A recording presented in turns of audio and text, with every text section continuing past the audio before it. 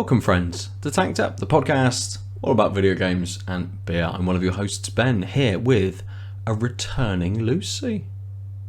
Hello. Oh, hey. And an even bigger returner, because he's been away for so long. He's been out of our hearts for just a little while, and he's re-entered it, kicked straight back in with his luscious locks, his gorgeous beard. It's Aadil, of course. Hello. Hey. It's good to be back. Amazing. Good. Is it?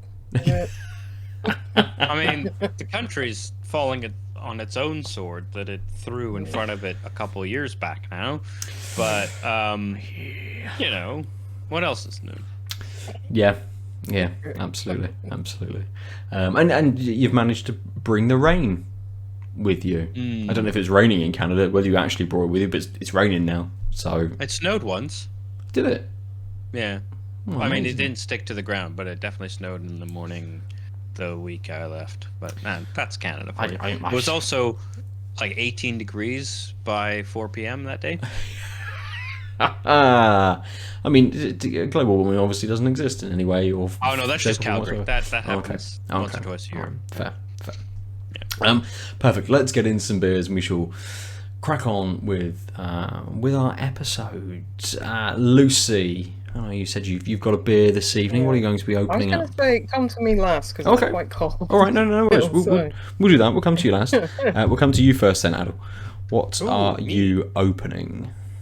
I'm opening the Ransack the Universe by Collective Arts, which is from Hamilton, Ontario. It's a 6.8% IPA. Where did I see? The hops are Galaxy Mosaic, and it has pretty great That's good. waterfall-y art. Mm-hmm. Really bizarre. The art is by Simon Paul of Toronto, Ontario, at Simon Paul 123.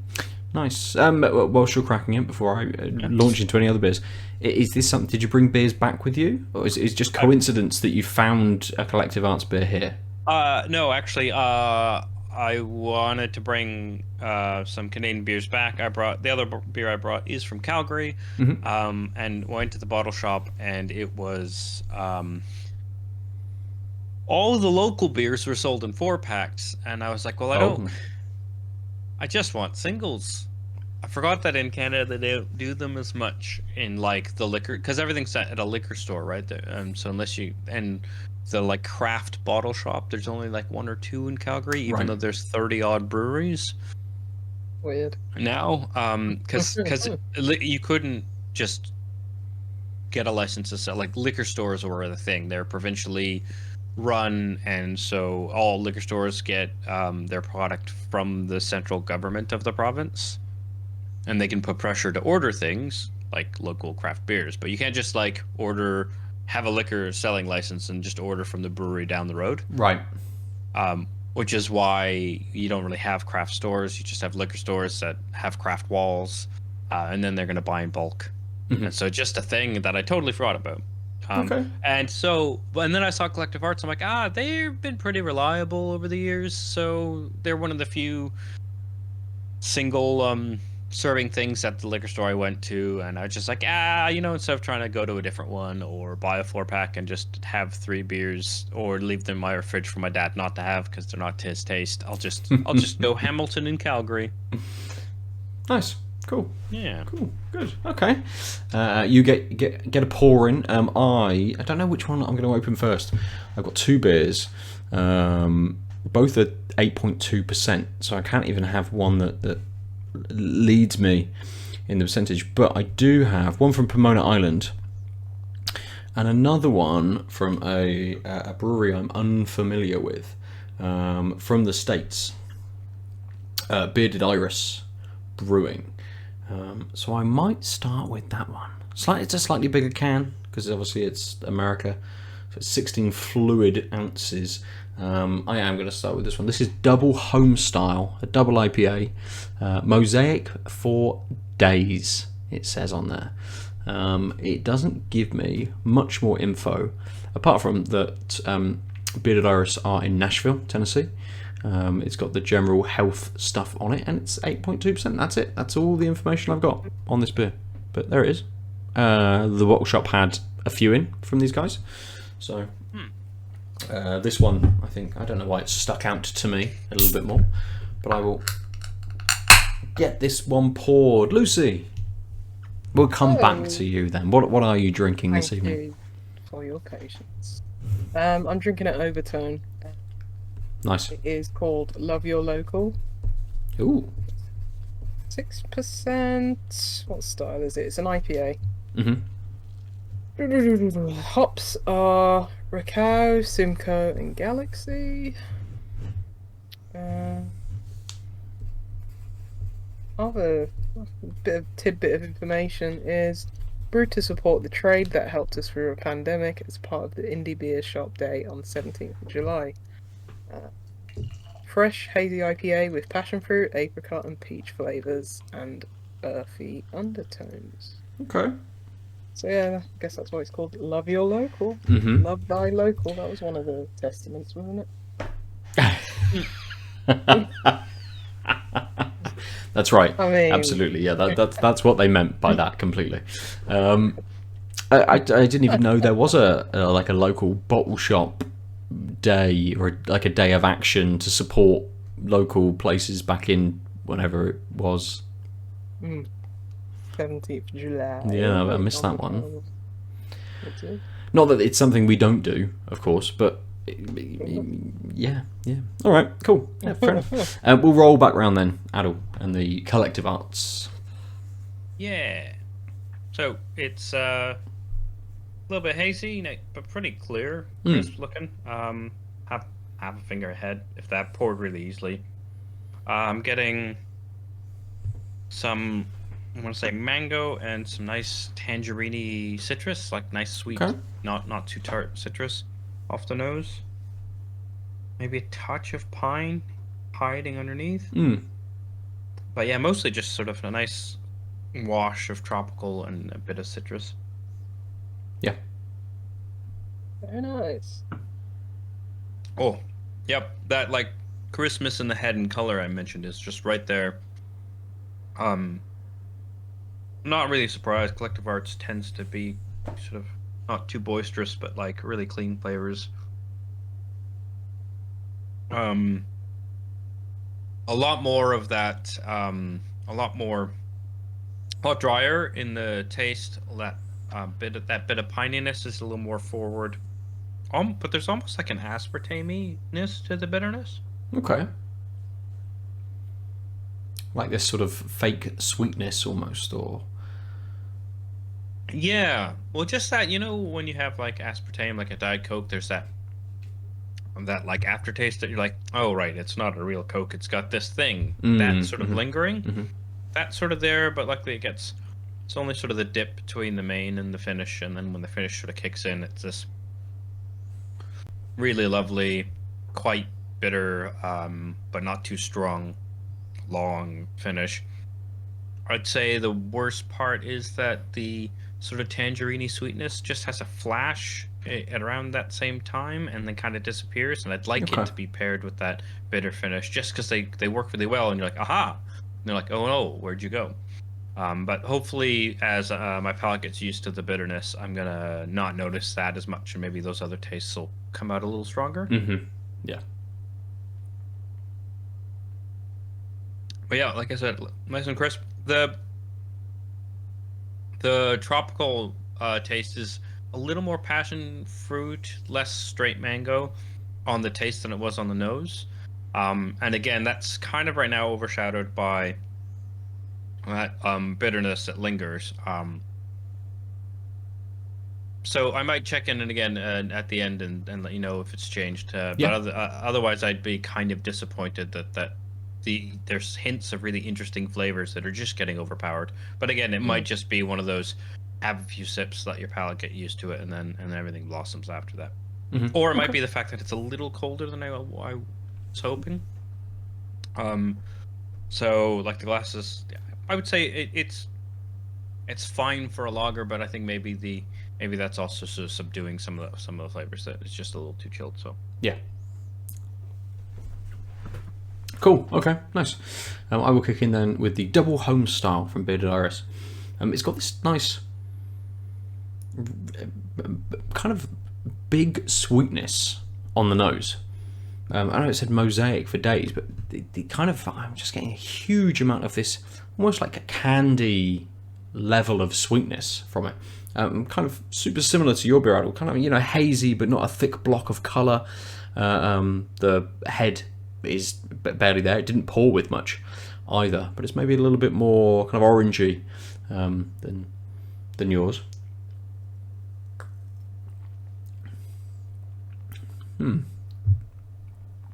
So it's quite clean. It's quite crisp as well when you first taste it, and then it folds into this slightly more danker kind of finish. That's kind of the initial impression. Is you go, oh, there's some stuff here. Oh no, there's a nice dankness towards that end on there as well. But that start is interesting. So again, it's a beer which is leaning more towards this very ripe tropical fruit kind of flavour. So the sweetness on the nose doesn't quite come through in the flavour. I'm getting much more kind of ripe melon in there. Maybe a touch of orange as well, which could be giving it that little hit of sweetness as well in there. Interesting that this is, I mean, I don't know if it's a single hop Mosaic beer, but it feels much more like the double IPAs we're getting over here at the moment. The slightly more ripe fruit ones with that kind of earthy sort of finish. This doesn't quite lean into the earthy finish so much, but goes a little bit more dank. And it's dry, so everything kind of disappears quite quickly as well in there. It's going back so quickly because I'm reaching for it again to refresh my palate. I like that clean kind of initial hit for it to then evolve into the rest of this kind of beer. But it's maybe all a little bit too fleeting. You have those fruits and they're gone. That dankness appears and then that's gone. That dryness just kicks in and you're kind of left with a, not kind of like the melon aftertaste, but it's almost this, not quite a ripe melon. It's sort of a little bit of a fruity aftertaste, but not very much, because everything is faded so quickly on it.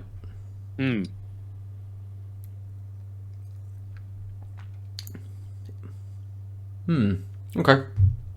Again, I'll let this stew and sit here for a little bit before I kind of return to it before we open up our other beers. It may unfold a little bit more as I drink, but it's doing a couple of things and just is going quite quickly. So we'll see if, when I get halfway through the beer or in 20 minutes time or something, if it's sticking around a little bit more. But Lucy, we'll come to you for the Overtone. Yes, just pouring it now. Great pour. So good start. I could just smell the fruit as I was pouring it. Yeah. Oh, that's the lovely smelling beer. Nice looking. I don't know if you can tell, my camera's a bit. You got a bit white. Yeah. Yeah, the beer it's very hazy. It's like a block of colour. It's just juice. It's got just a bit darker than straw, I'd say. It's very light.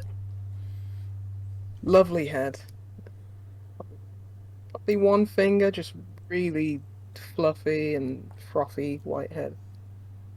But yeah, it smells gorgeous. Oh, just like passion fruit, mango.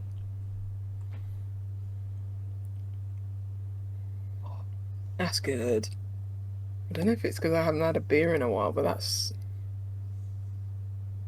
why you think, why haven't I had a beer in so long if they taste like this? Because you're not drinking Overtone all the time, mate.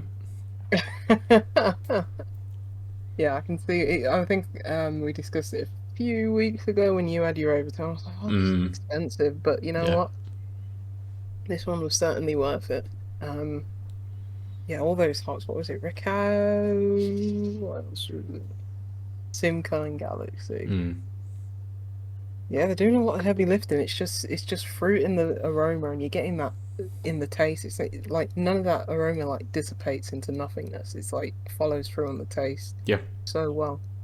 Nice. You kind of expect. I don't know so much with the Ricao, but with the other two, you kind of think, yeah, this is going to be like super smooth.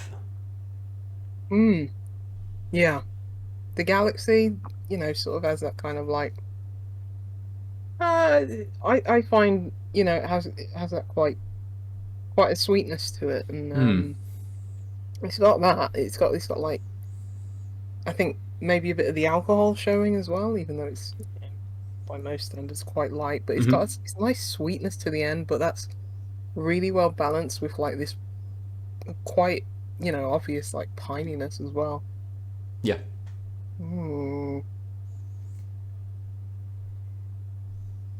Yeah, and it's really, really hoppy. Like, it isn't. It looks like like it's gonna be this smooth juice bomb, but it's got a lot of hoppiness to it as well. It's just like cleans and refreshes your palate, and along with that pininess, it clears your palate so well, but it's still retaining like some of the fruit, some of the bitterness from the hops and the pininess, and it's just want to keep going. It's a fantastic beer. That's really good. Good. I'm very. I'm just thinking, where did I buy this?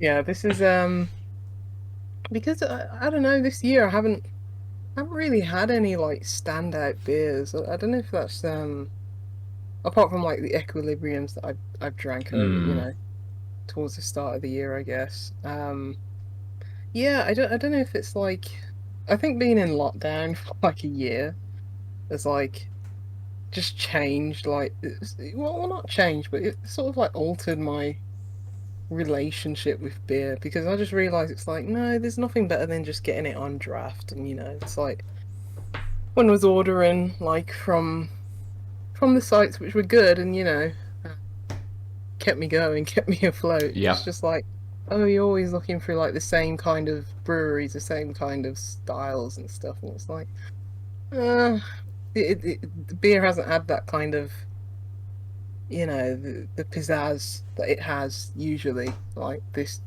last year or so. So it's like, maybe it's time to start, branching out on what I try and what I taste, and just going a bit out there. I completely understand that. When I was chatting with Sean and Dave last week, both of them came with lighter beers. The sort of the 5.5%, 6% IPAs. I think Dave had a 4.5%. Wasn't a lager, but something like lighter beers and things. And we got into a chat, because I'm like, well, I've been drinking lots of double IPAs, 8.5% odd kind of beers. And they're like, why is that? I said, well, there's just such a dearth of them at the moment. So many people are brewing this kind of beer that I sat back and I thought, well, I mean, I've got 2 double IPAs tonight, but I did think to myself, and these are from the same shop I did before that episode. So it's kind of one of those. Why am I not drinking these 4.5% kind of pales? And as we were talking about with Auroch, going for like a table beer and seeing what breweries can kind of do with those low percentage beers, what flavors they can bring in, what kind of styles they can really kind of hit that might be a little bit lower. And I'm sort of in this DIPA, not rut, but I'm stuck in the style almost. It's because I think they sound so good in theory, right? Yeah. Why have an IPA? We can have 2. But also, like, we've seen the variety over the years of what can be done, and we know that, like, with the healthier alcohol percentage, like, there's a little more leeway that you can do, but then the flip side is, oh right, this is very much a trend. And I listened to your episode with Pillbug, and like you seemed, even the week before as well, you just seemed like, they're all kind of doing the same thing. Yeah. Yeah. And like, and the problem is we know how cool a DIPA can be. And right now we're seeing the opposite of innovation in the broad sense, but maybe people are trying to innovate in a narrow sense, right? Like, okay, so in this de rigueur sort of en vogue thing, how do we differentiate our, late summer autumnal Bristolian DIPA? Oh well, we did this light thing, and you're like, but it's basically that fucking beer, isn't it? Yeah. Yeah, completely. And I wonder whether some of that comes down to like availability of material and ingredients and things like that over the last kind of year. Brexit and COVID as well. Two things. Yeah. I think that's just Brexit. Two kind of big, well, at least I was going to say global. COVID being a global thing, Brexit being quite a local thing. But two things which have impacted on the market. On the kinds of things that can be brought in, on the availability of materials, ingredients. So it'd be interesting to see whether that is why we're getting very similar kind of beers as well. Everyone's like, well, there's tons of these 4 hops, so lots of beers we're going to be making are with these 4 hops, but also these malts as well. We're all brewing with the same malts because that's kind of all there is at the moment. And I mean, without people kind of like jumping into the next sort of price bracket, because they're like, well, we can buy these other ones, but they're just that little bit more expensive now because of the way that stuff has happened. But we want to keep our next beer down in this price bracket because marketing wise we know that it will sell better if it's doesn't hit up that extra quid, and then we'll make a special beer which we can sell at a couple of pound more, and we'll use these other ingredients that we can get in, knowing that they're that little bit more. So it'd be interesting to see how the market is kind of changing and adapting with all of this going on, and why we're getting similar kinds of beers. Maybe we'll investigate and try and see if we can get someone to give us some cold hard facts about it. Yeah, they're probably just doing all that they can at the moment. But yes. Yeah, I mean, I've not been drinking much lately anyway, and it's just like giving me time to like reevaluate. Like, oh, why have I gone off sours so much? Why is this? Why is that? And I think it's just probably because it's like, probably just better going to a pub and having it, and like, sitting around with people you like, hopefully, like you two, and just having a beer. But it's a weird one, but I want to fall in love with beer again. And it was hard to do in lockdown. Yeah, absolutely. And I think it's a weird sort of time, and we're at I would say, an odd place again in our beer kind of drinking, in that we started 6 or 7 years ago kind of getting more and more into craft beers and unlocking ourselves to all these different kinds of styles, and that was again at a point where the UK scene was really ramping up and everyone was trying lots of different things. So with our curiosity came everyone else's, so it was just constant new stuff. So now where we're getting similar kinds of beers, like oh yeah, I want that again though, please. It's like you want to be 8 and playing the Mega Drive for the first time, isn't it? And just being like, oh, what are all of these insane things I've never experienced before? Yeah, I agree. And just interesting. But this Overtone's damn fine. So. Good. Note to self: buy more Overtone. Yes. Yeah, nice, cool. Let's enjoy these beers. We'll sit and drink them, and we shall move into gaming chat for the week. But before we do, actually, Aadil, you've not been on for so long. How have you been? You're muted, though. You're muted. Fuck's sake. Fuck's sake. I've been really great. For those not watching the video, I had muted it because I forgot that my topic, I needed to open a thing and didn't want the clickety-clack. And then proceeded to talk into a muted microphone. What was I saying? It was really great. I hadn't seen my family and anyone in my family in almost 2 years, and my sister's parents and I hadn't been in the same place since my middle sister's wedding in 2018. So it'd been like almost exactly 3 years since we were all together. And I got to meet my niece for the first time. Aura's a toddler. She was kind of talking and she's walking, and it's like, oh, cool. I guess I'll never have met you as a baby, which was a weird feeling, but also fantastic. Yeah. I mean, it's fine. I got to see her and meet her, and some people still are struggling to see family members. I'm not trying to be like, oh, woe is me. It was just an odd, like, the first time I will meet you, human being in the flesh, and you are a full stage of development past new human. But yeah, no, it was really great. Spent a lot of time with my niece and nephew. Went on zip lines in northern Saskatchewan. Nice. You know, all kinds of fun stuff. Got my antique car, which has been sitting in my parents' garage for years, back running. Nice. Daisy, what didn't take a lot to get running. Went for the ye old test drive after like, oh no, there's a gas leak. Tighten. Oh, gas leak seems to have stopped. Oh no, it's dripping oil. Climb underneath car, tighten oil canister, which these Canadians are so privileged. They could just get to leak gas everywhere. You know? Tightened up the oil cylinder, which had gotten loose, and then it seemed to not be leaking gas anymore, and or oil. I was like, oh, this is all great, and then it was like went around my parents' driveway, and then a wheel locked up and like pulled, like literally like laid rubber for 3 feet and then kicked forward, and I was like, oh, what was that about? And I had my buddy Chris beside me, and then I was like, oh well, you know, let's stop and take a look.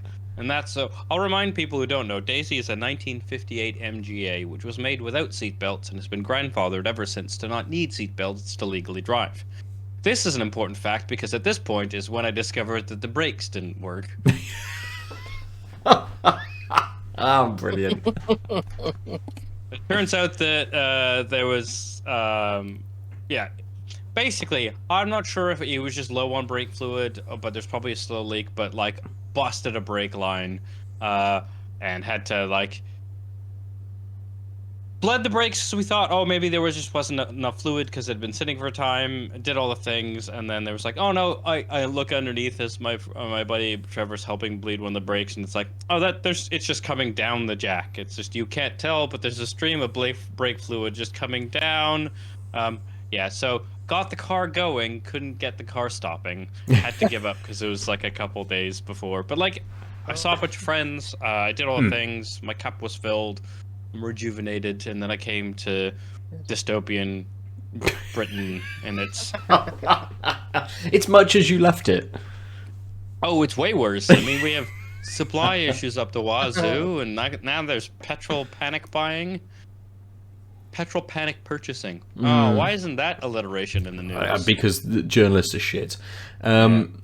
Mostly. Not all of them, not at all. But like, I noticed that even at the shops on the weekend, just trying to go pick up a thing, how many, like, I was walking past the Sainsbury's on Clifton Down, which is a big one, and like walked in to buy a couple spices to make spicy popcorn, as I want to do, and then you just saw like a bunch of empty shelves, and I was like, oh, they weren't kidding. Like, yep.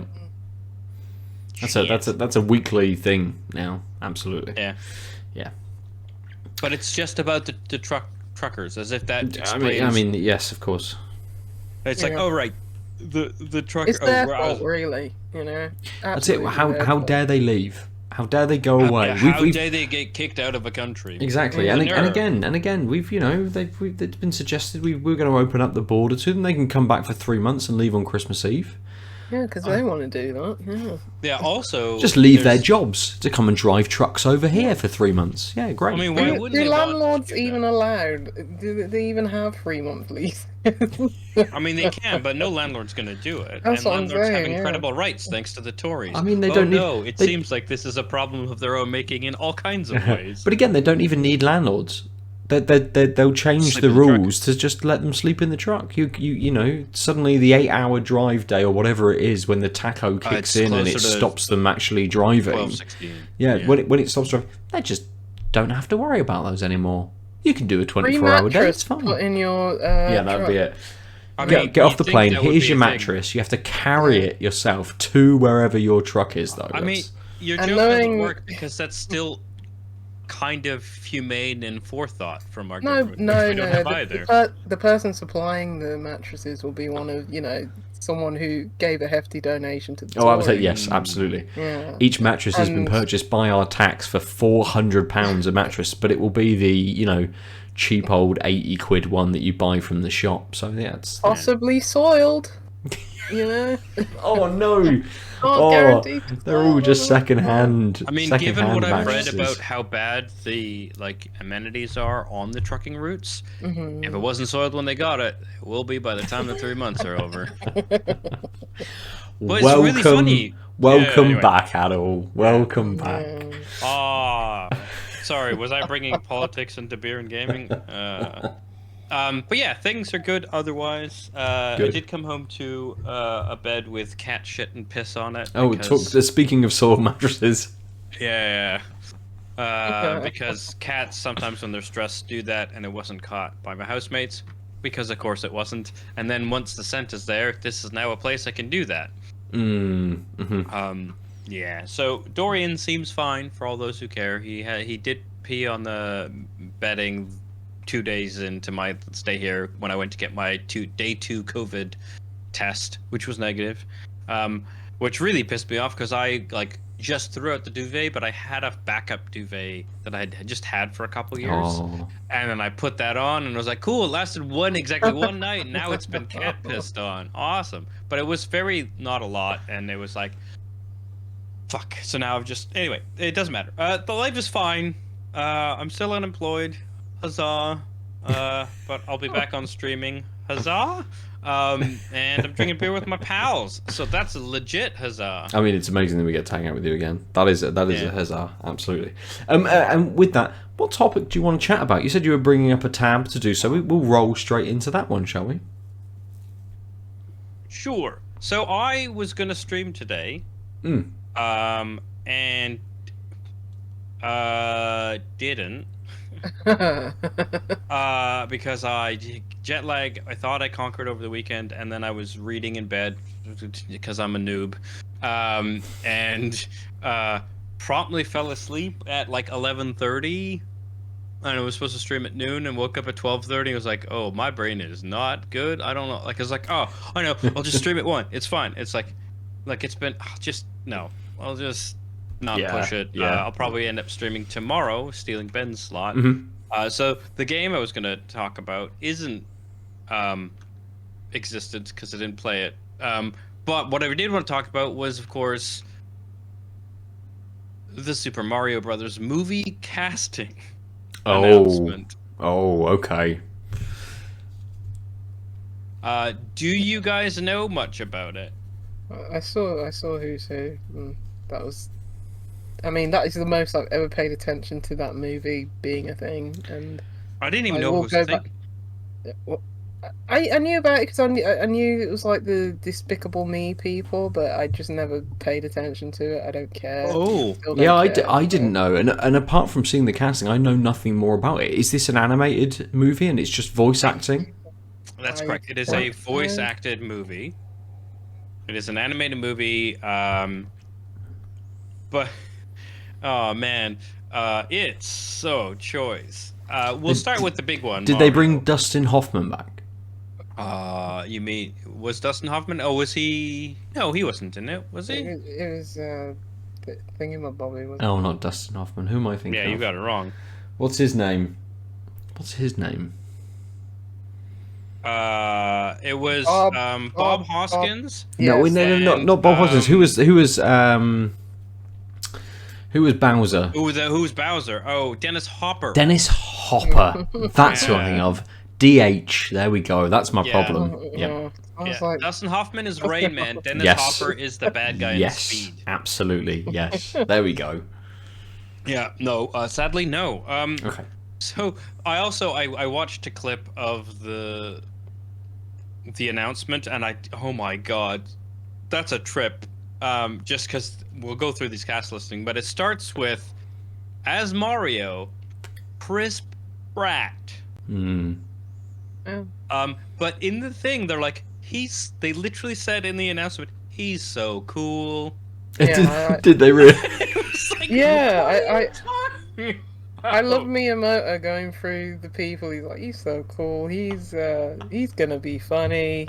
Yeah, it was quite sweet. It was quite endearing. It's like Miyamoto has never seen a film before. He's been making games for like 70 years, and he's like, it's all like one film. It's all like the Lego movie, and he's like, I can't wait. I love the difference between like Miyamoto and Kojima, right? Like two not quite similarly aged kind of people, but people who've been in the gaming industry for veterans of this, who've been in it for a long time. One of which who just makes fun games, one of which who tries to make kind of movies, who is embedded in like that movie kind of culture. And Miyamoto just like, yeah, movies seem cool, sure, why not? All right. Yeah. So Chris Pratt is from. Do we all know who he is? Yes. Yeah. Yeah. He's Can completely you not at this boring. point? Yeah, he is. Yeah. I mean, in the Lego movie, he's fine, but it's like that film has a lot of character, and I think the script and the directors just owing to that. He could just be a disembodied voice, and it's fine. He'll be fine. It's like I feel like they're giving him credit for the Lego movie and the star power of Guardians or something. But like you said, in the Lego movie, he's like John Everyfig. That's the point. Yeah. And Mario isn't. The thing is, you know what? He's an actor. Unless it's terrible. So it very, very may well be. I mean, I'm sure he'll make it work. I really want it. Not matter. I really want it to be good because I saw it's one of these like short videos. I can't remember what I saw it on, but he posted up just recording of his face, just going, "It's a me, a Mario. That's not the voice." And very specifically leaning into this idea that everyone's like, "Fuck no." This is the thing I kind of feel like is gonna be weird, which is, it's not 1993. Mario is Italian American plumber, heavy on the Italian, like fairly fresh Italian, not like second gen, right? Immigrant. How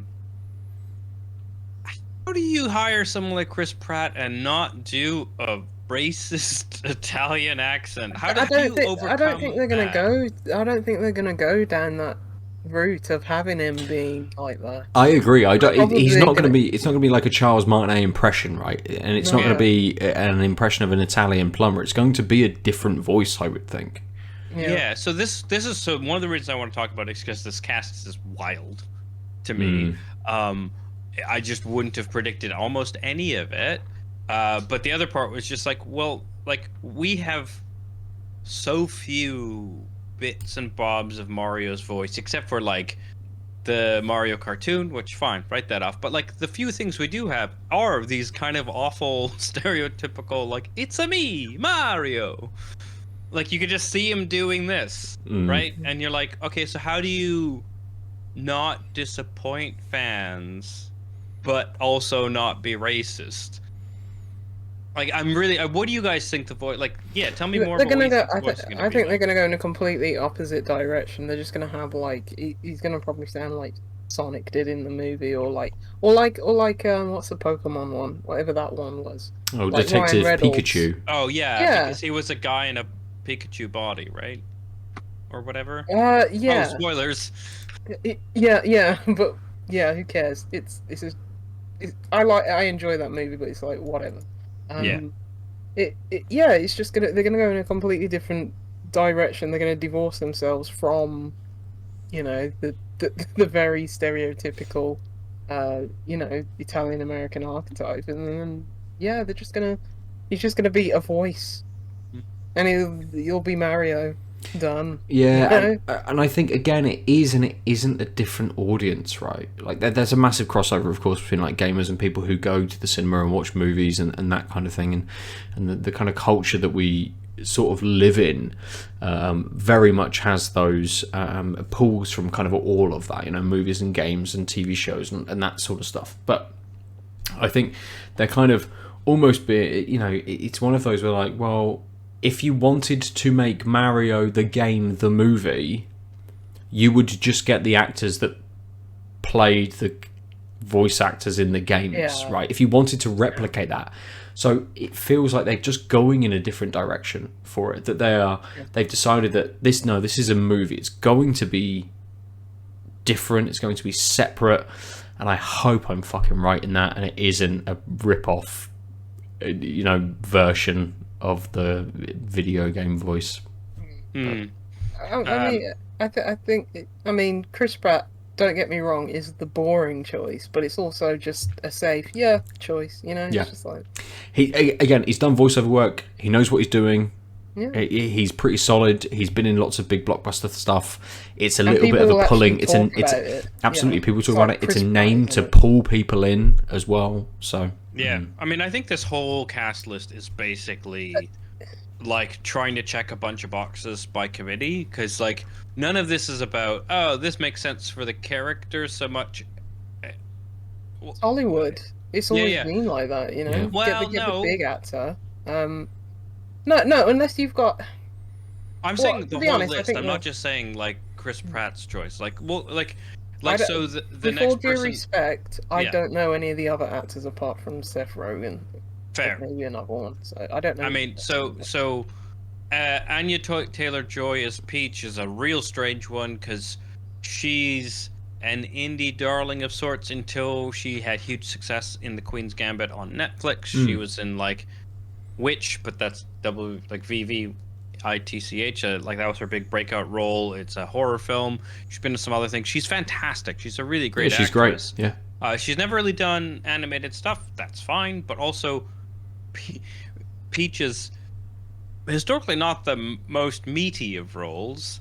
And this feels just like we're looking for a cred. Because we've got like an indie darling who just made big ratings bank on Netflix. But unless Peach is changing fundamentally, like she's just not going to have a lot to do, and that's just like. I don't think so. I think we're coming from this as a from the fact that we play Mario, and we've grown up with this franchise for many years. I don't think this is going to be just because Peach is like relegated to a damsel in distress role in the games. I don't see why she can't have a big part in the film. Yeah, absolutely. Who knows what the story is? This is why I think it's going to be completely different. Yeah. I'm hoping for something more like Super Mario 2 action, but not with the horrible dream sequence, which is the entire game. I just mean like the idea that it's kind of not really Mario, but has the right bits, right? Like you've got Toad, Mario, Luigi, Peach, right, as the playable characters in Mario 2, and they're not in any Mushroom Kingdom. They're just doing something else, but they're still doing Mario. But yeah, everyone's involved. I'd like to see something along those lines. Obviously, a little more tailored to Mushroom Kingdom. But yeah, I think you're right. What would be interesting would be not. Well, what is the plot of a Mario game? Make a movie around it. But what's going on with these? What are the tropes and like the core of these characters, and how do we put them in a fun story? I don't have as much faith that type of depth will be done, just because it doesn't need to be done, and Hollywood often takes the short cut. Like, So like yeah, so Charlie Day as Luigi. Charlie Day is great. He was in Pacific Rim as the mad scientist, but he's mostly known for It's Always Sunny in Philadelphia, where he plays a manic, crazy dude, right? Mhm. Okay. And it's like, okay, well, whatever Chris Pratt is doing Italian-wise, I'm sure Charlie Day can match, but he'll just be off the wall, and like it just seems like, oh, we want sidekick. Get Yes. Charlie Oh, Day yes, to be crazy absolutely. and Yeah, yeah, improv yeah. some lines. Like this is why I'm a little less hopeful about the thing, because it all seems just so like, all right, who's popular, and like just like, oh yes, Luigi will be sidekick character. Well, who's a good sidekick actor? Charlie Day. Not what's interesting about Luigi. Oh, here's some inspired casting choice, because, and I'm not saying Charlie Day can't be inspired. It just the whole lot just doesn't ring strong for me. Mhm. But I mean, I'd be happy to be proven wrong. I mean, it's a better casting than being like, yeah, we'll get The Rock or something like that. You know, just The heel turn. really just. I mean, so like well, The Rock's Jack definitely in Black- it. He's in everything, so it's. Yeah, Jack Black as Bowser is great. Mhm. He seems like he could. Like then I mean, I'm just thinking like Bowser having an electric guitar because that's somehow more evil, and like Jack Black just being insane. That seems like, oh, that makes me feel dumb Mario movie. Great, right? Like that Yeah. gives me some hope. Jack Black is like another boring, uninspired casting, in my opinion. Oh, I agree, but I'm Yeah. just saying I at least see why that lined up versus like I don't actually see a lot of Luigi and Charlie Day. I Yeah. can't really see him being like think Luigi's Mansion, Luigi, where like the games where Luigi has more of a role. He doesn't. He's not just the sidekick, and that suddenly doesn't feel right. Like that's what I mean about like I feel like it's all uninspired, but like at least I think Jack Black can do something with the role. casting. Toad casting is. Yeah, good go for it. If he, I mean, I don't know how much Key and Peele you lot have watched, but if Oh, I fucking if love he's it, yeah. like Luther from the sketches where he's like Obama's interpreter, that is Toad, then. Well, I mean, Well, and he's yeah. already bald as well, so it's just Toad Yeah. without the fucking mushroom I on, mean, isn't it? So And it's this is the thing. This is like what gives me slight hope is that like, as much as I'm like, some of these just seem like, oh, let's get that demographic, or let's just like get someone popular and get a list of very popular names from very different like areas, such that someone who's like a Key and Peele fan might come on to Mario because of that. There is a lot of talent. I'm not gonna like the entire cast list is talented. It just seems like I don't know what this movie can possibly be because those things are pulling in so many directions. Like Key and Peele, right? Keegan Michael Key as Toad and Jack Black as Bowser seem like very different movies, yes, yeah, and that's why I feel like it's just like yeah, like. And what I like about Toad is like Keegan Michael Key is very has all these sketch roles. So no matter what this ends up being, I'm sure that role can be lived in well because I have a lot of faith in him personally. Yeah. Versus like if Bowser wasn't super over the top and boisterous, Jack Black would just kind of be the wrong. Mm-hmm. Right. I think it'll be a good movie. It'll be all the 40-year-old nerds will go and watch it with their kids, and they'll have a decent enough time. So with again, it, and but is it a like a U rating? Is it going to be Yeah. for kids? I imagine Oh, so. it'll be has to be. Pixar-esque. Yeah. The only they'll just have little throwbacks, to the games and stuff. That's how everyone's gonna be like, oh, everyone our demographic's gonna be like, oh, it was actually pretty good. Absolutely, They mentioned a Goomba once, and that people Yeah. can lose their flipping I mind. completely, and it's going to be one of those where suddenly, when you go to the movie, the first advert that will come up will be the new mobile Mario game based God, upon the yeah. movie. So all Mario the kids Jump. go, "Cool, yeah, we can play this," and all the adults go, Yeah. "Oh no, I got to buy a Nintendo Switch now and just play all the older Yeah. games and stuff." I mean, so this is what I think that I agree. I think this is going to be, but that's why I think it's going to be more by the numbers, like a generic family film that follows the beats of Mario and has some names and, like you said, just a plethora of Easter eggs. Yeah, that's all. It's going to be the Pikachu movie, Detective Pikachu. But And I that was liked it. fine. Yeah, Oh, me no. too. It was like, fine to but watch see, on Detective- Netflix one Sunday afternoon. Would I But see, pay what to I- see it? Hell no. It was decent Yeah. enough. and it's But like what I liked it's not about that, it will not be offensive like Yeah. the first Mario movie, and that's all that oh, matters. but the first Mario movie's amazing. Oh, Check it's it out. so good. The first Mario movie is so good. Yes, but Okay, it was offensive That's to oh shit. Nintendo. This is gonna be our first Patreon exclusive. Is a commentary track of the three of us watching Super Mario Brothers 1993. Oh man, we should do that. We should uh, absolutely fucking do that. I'd do that, But like, 'cause I haven't seen that film in Detective probably Pikachu 2 wasn't a decades. regular Pokemon movie. It didn't actually do the Pokemon thing. That's one of the reasons I liked it. And I don't think this is gonna do that type of subversion. I'm worried it's just gonna be like the princess is captured, but we're gonna have a lot of scenes where the princess and Bowser have like chats. But and she might escape once. But really, Mario has to save her at the end of And it's if like you've Stockholm played- syndrome. If you've played Odyssey, they actually flip that like That's stereotype, up in the game. Nintendo wouldn't sanction this if they didn't think that this was. They had the disaster I of that agree. other film. They would not That's sanction true. this if they thought it was going Yeah. to be anywhere near as bad. Yeah. As, I as don't that. think it's but that thing was bad because it was like, what if we didn't do anything with the lore? I'm saying that the opposite can be just as bad, which is what if we stuck a little too much? But but that's the thing. It's like this will be like their games, like just polished to hell. Miyamoto's probably gone over the script 17,000 times. It's like this will not. This, as you say, it'll probably just be meh, and that's fine because it'll sell and who cares? Don't see it. I'm sorry. All the fallout from the casting, it was just like it was funny to begin with because it was like, oh, what you did, but people are genuinely like, what is going on? It's like it's a film. Mario. Completely. And it's Chill again, out. it's one of those things. If you don't like it, just don't go and see it.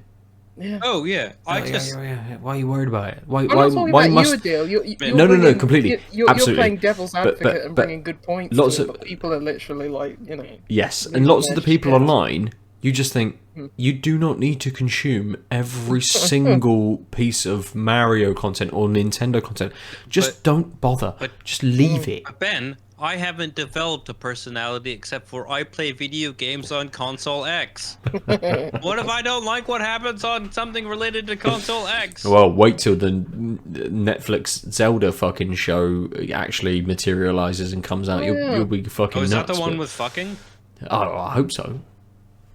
It's basically just the Witcher just reskinned, essentially, isn't it? Yeah, it's that's just... what I was gonna say, yeah. Either that or it's just moblin porn. Yo, I don't need to know. Netflix are ready for that kind of stuff, though. They're definitely there. Like, Yeah. they definitely do that if someone had the Especially budget for Hmm. since it. like Pornhub had the big content culling of the 2021 apparently. Did they? What? What's this about? Oh no! Delve into this. What's this? What's this? Oh, so there was a big problem with copyrights and stuff. Oh, well, yeah, like the world so over, right?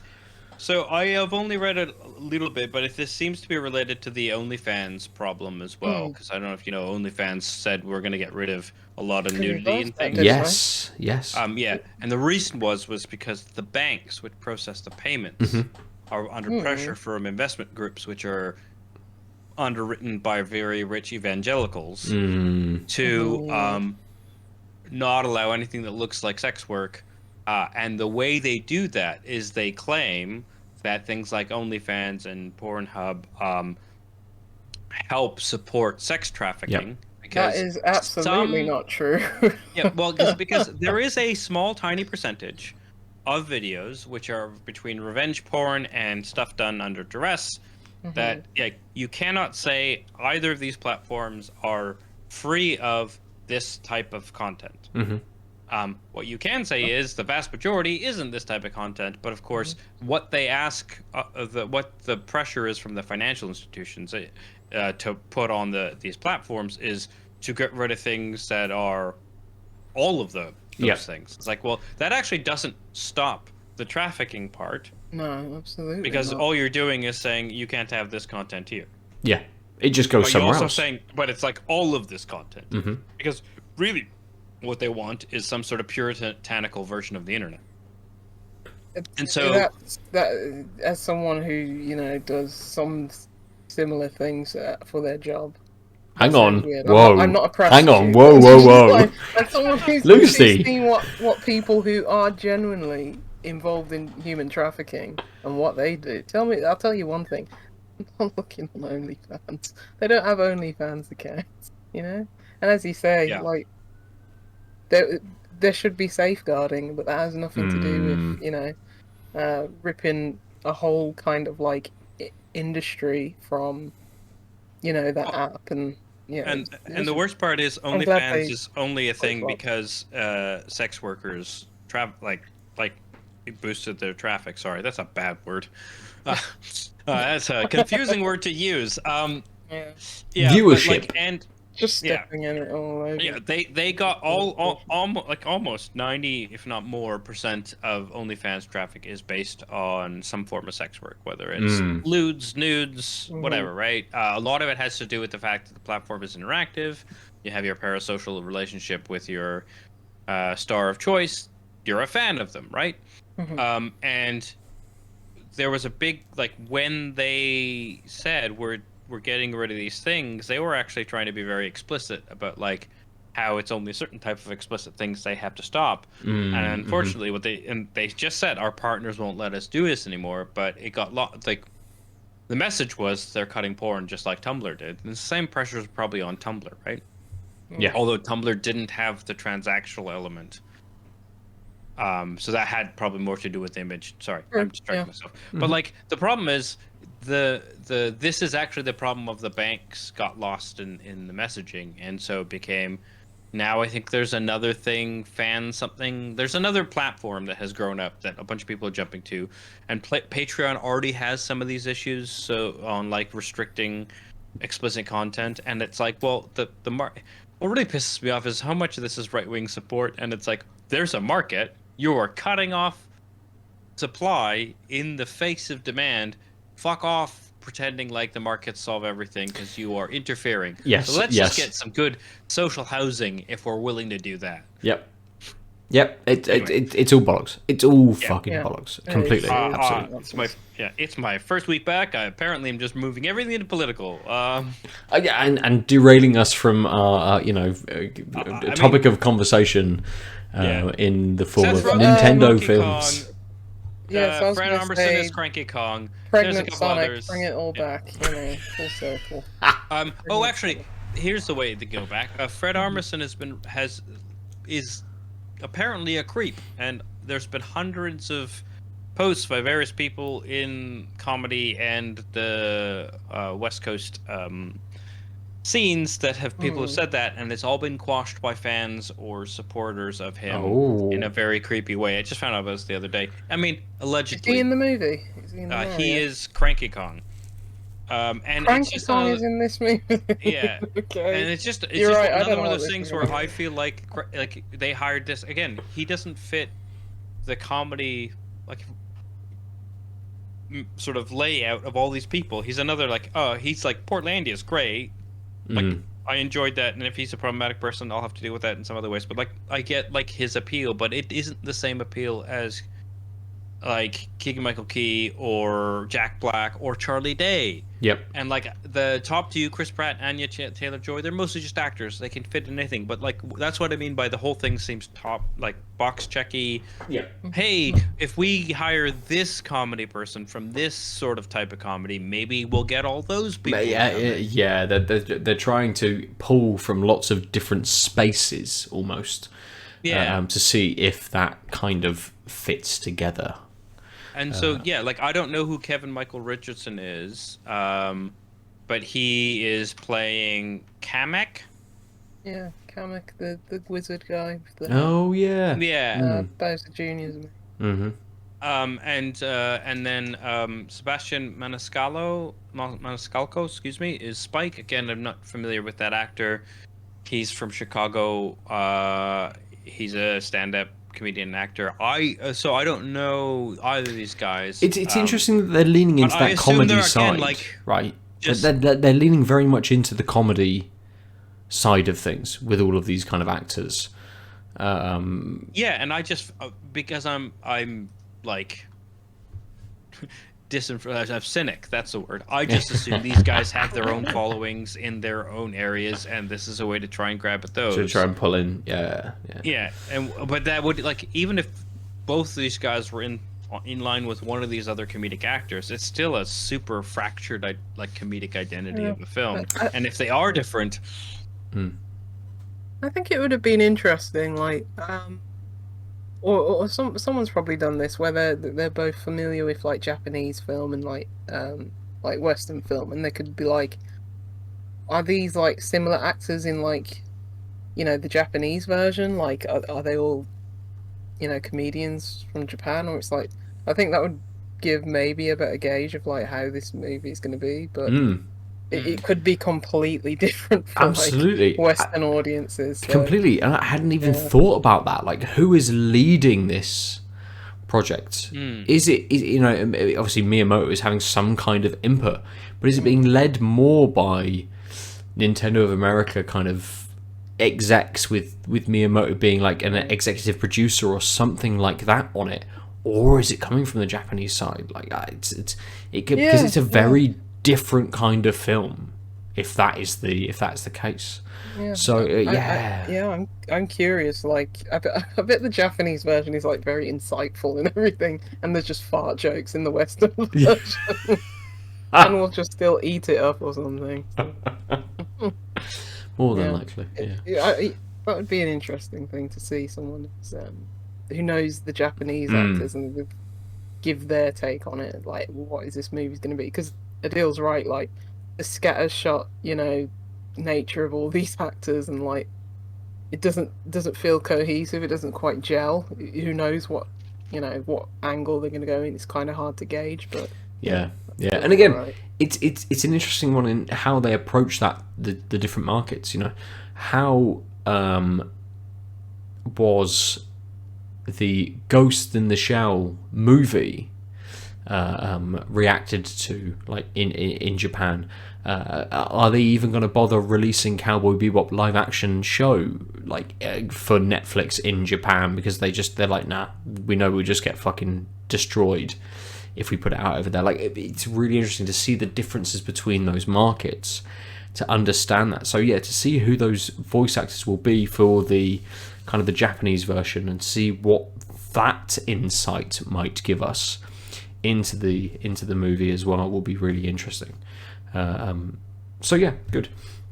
Let's open up some more beers and finish our Mario movie chat. I can't wait for Aadil to be at the cinema watching it and just live tweeting like all the madness.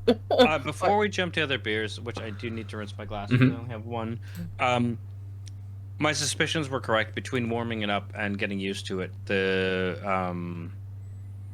both the tropical and citrus got to come out, blossom a little more. Still, it was a little more understated than I wanted. That bitterness was still sort of overshadowing things, but way less once my palate got used to it.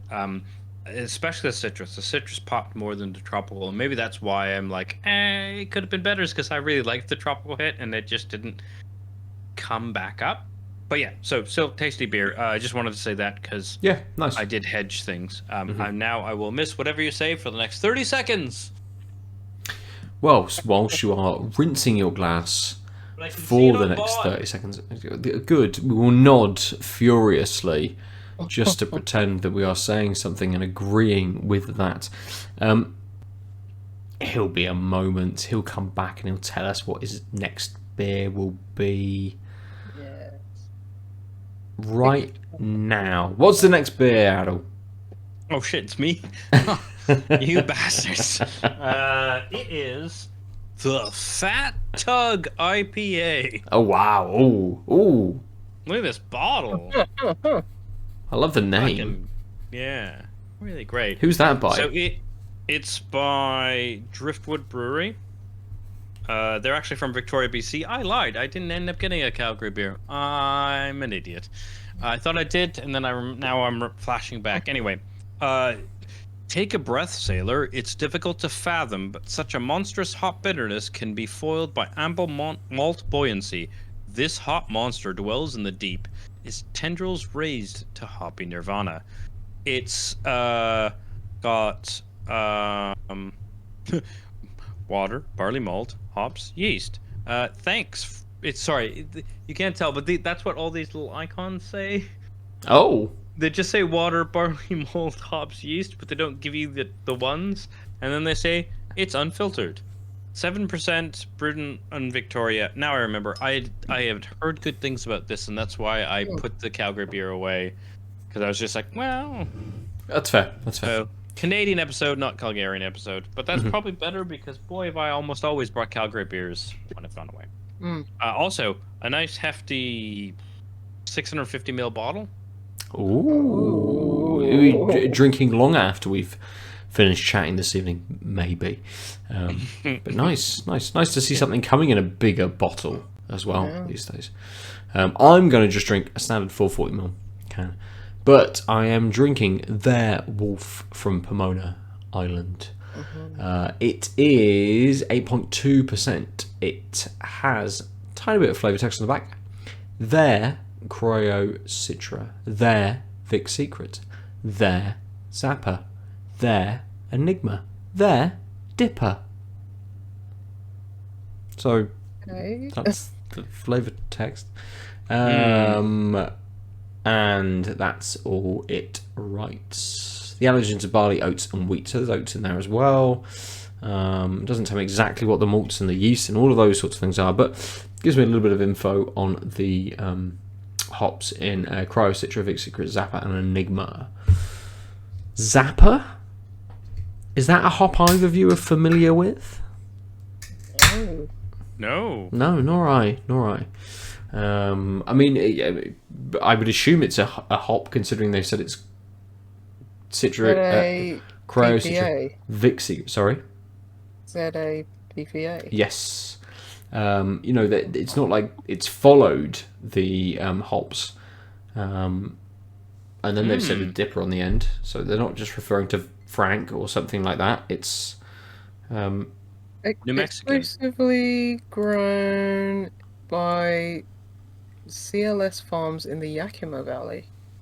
oh, okay. but it's 100% Neo Mexicanus aroma hop that came from the mountains of New Mexico. Yeah, we're on the same site. Passion fruit, mint, spice, tropical fruits, and fruity pebbles on the aroma. Fruity pebbles being, I assume, the cereal? Fruity Pebbles? It's a cereal based on the Flintstones characters. Yeah, I was about to say, is that Flintstones? That's the aroma. Wait, the side I have. Was Pebbles Fred's daughter? Because Barney. Bam Bam was Barney's. No, is it the other way around?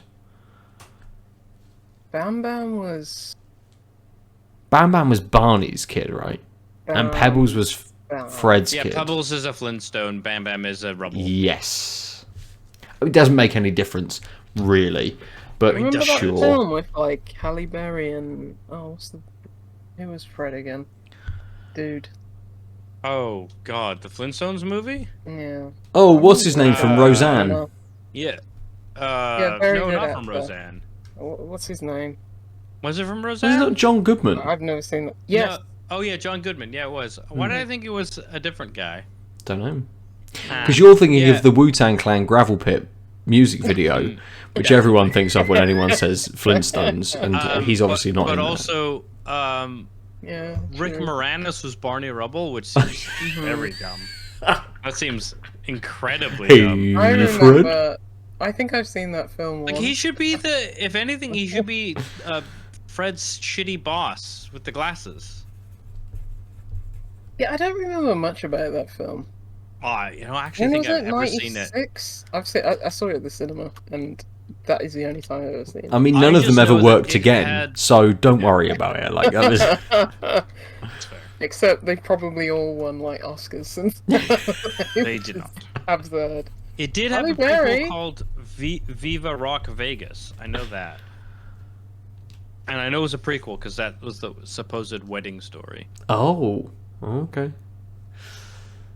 I mean, we all just pull. It's again, everything pulls from the Flintstones, right? The Simpsons, dinosaurs, Family Guy. Like, it's all just the fucking Flintstones over again, over and over and over and over and over again. The Jetsons. Yeah, completely, absolutely. Scooby-Doo, Tom and Jerry. Oh yeah, there was a sequel, the same. wasn't it? All It was the a same. prequel. There was, yeah. Let's jump back into our beers. Aadil, you have poured a little bit of Fat Tug. Fat Tug. It's real clear. You can see my fingies. How many fingies am I holding up? You can tell. I mean, don't move your hand like this talking about your fingers when you're talking about Fat Tug. Jesus Christ. It's 3. The answer is 3 hot dogs. So it's actually quite light on the aroma. It's a bit floral, and a bit light citrus. I want to say kind of like somewhere between clementine and navel orange. Like there's a slight sweetness, but mostly it's just like, here be oranges, and not much else. Like I said, the floral is like generic blossom. Like there's just something opening up blossomy in it, but there's not. It's not like it's like jasmine floral or like lavender or lilac or anything like that. Mm-hmm.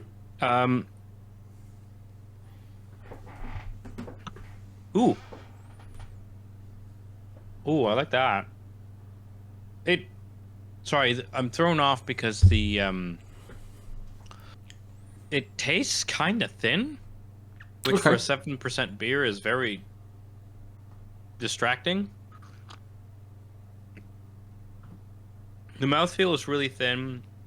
Like it seems thin, but it is coating my tongue. It's definitely a 7% beer, but it's just like not too strong, so it's like easy to miss that it's like coating the whole mouth.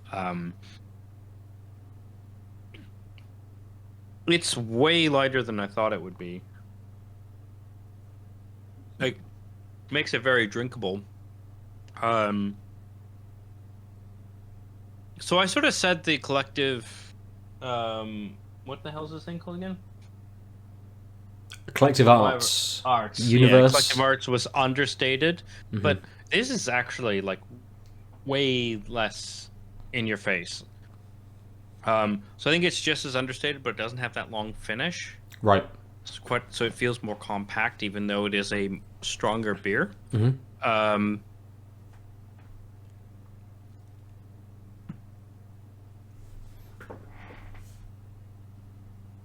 Yes, so that like orangey citrus peak, slight sweetness, but mostly just kind of orange citrus, is really intriguing. It finishes, and that's sort of the peak of the main taste, and then it finishes a little dry tasting, but completely wet on the mouth. Yeah. And then it's just this really light, not piney at all, just like generic bitterness. Feels like it should be drying your mouth out, that type of bitterness, but again, it's still quite reasonably wet, so you kind of sit with that feeling and be okay with it once you recognize you're not actually dried out. But like it's such a just strong enough to be of that bitterness that you feel like, oh, it must have dried my mouth out. That must be what's going on. I better take another sip. But actually, if you forego that sip, you're like, oh, I see. This isn't actually drying my mouth out. It's just that bitterness is, again, it's not in your face, but it's very much. I say this. It's gonna sound negative, but it's actually kind of positive. It's like this one note bitterness. It's just like, here's this medium bitterness. It's gonna last a while. It's not gonna do anything else, and it's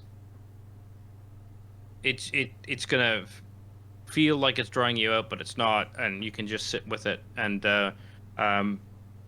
my biggest complaint thus far is that the other tastes just don't match its longevity. Mm-hmm. Such that like, it's not that the bitterness is changing character. It's like, there's that like navel orangey sweetness and citrusiness that's fading much quicker, but then that means most of the finish is kind of one note. It's not a bad note. And the main taste, again, it's funny because that citrus is not there that much in the main taste. Yeah, so there's some subtle like ebbs and flows going on between the 3 or 4 flavors it's not like it's not one of those beers that has like a bunch of different flavors each taking their turn. This is like there's a few notes and they're taking their time, and Yep. one of them sort of comes back for a reprise, but ultimately it's very straightforward. That's what this is. Nice. It's Okay. very straightforward, but not in a terrible way. Like this, so I would love this on a slightly warmer day than today. The strength, you know, like on a warm autumnal day, like a 17 degrees in Calgary or 20 degrees in Bristol. That is a warm autumnal day, absolutely. Yeah, like sipping it, feeling like it's as the day like fades, you could still have another one of these because again, it's on that like it's got that bitter finish. It's got that like sip it. I don't want to be throwing back this cold beer because now it's getting chillier. I want to sip. Like, yeah, it's got a really interesting taste to it. Nice. It is Good. this strong beer Okay. crafted in Victoria. Fair. Nice. Before I move on to my beer, I feel almost as we finished our Flintstones chat that Lucy started to get into a little bit of research. Yeah, I've been looking at it. Sorry, I didn't hear anything you said, Aadil, because That's fine. I had no idea the prequel had a completely different cast. I feel like all you've done is probably come back to the thought that you need to just go and watch Theodore Rex again, and that's pretty I have much in my it. YouTube queue. Yep. It's a very terrible quality film of it because I don't think that film exists anywhere. But I probably mention that film like twice a week. It's Well, here it is. There's number one. Fantastic. Yeah. I literally mentioned it 2 days. Amazing. How did we know that we would be coming back to Theodore Rex once again? So this Pomona Island, I will move on to my beer now. It has a lovely nose. It's very sweet, but it does have this nice piney note in the nose as well. A little bit more solid than the previous beer, not quite as orange, a little bit more straw, at least for me. Head was a little bit bigger on there, but that's amazingly smooth. Incredibly smooth. Like, has this nice kind of mouthfeel, bigger body to it. Both of my beers tonight have been 8.2%, but the Pomona Island has a slightly bigger body to it. Slightly more thicker.